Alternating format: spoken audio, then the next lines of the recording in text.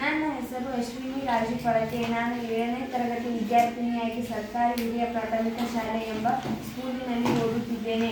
3ನೇ ಪಾಠವಾದ ವಿಜ್ಞಾನದ ಅಂಶದಲ್ಲಿ ಉಷ್ಣ ಇದರಲ್ಲಿ 1ನೇ ಚಟುವಟಿಕೆಯಾದ ಬಿಸಿ ಮತ್ತು ತಂಪು ಎಂಬ ಚಟುವಟಿಕೆಯನ್ನು ಮಾಡಲು ಬಿಟ್ಟಿದ್ದೇನೆ. ಇದು ತಣ್ಣೀರಿನ ಪಾತ್ರೆ, ಇದು ಬಿಸಿನೀರಿನ ಪಾತ್ರೆ, ಇದು ತಣ್ಣೀರು ಮತ್ತು ಬಿಸಿನೀರು ಬೆರೆಸಿದ ಪಾತ್ರೆ.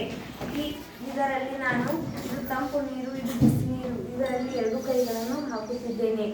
ನಾನು 2-3 ನಿಮಿಷ ಬಿಟ್ಟು ನನ್ನ ಅನುಭವವನ್ನು ಹೇಳುತ್ತೇನೆ.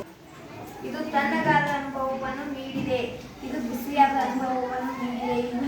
ಈಗ ಬಿಸಿ ಮತ್ತು ತಣ್ಣೀರಾದ 2 ಮಿಕ್ಸ್ ಆದ ನೀರನ್ನು ಇಲ್ಲಿ 2 ಕೈಯನ್ನು ಹಾಕುತ್ತಿದ್ದೇನೆ.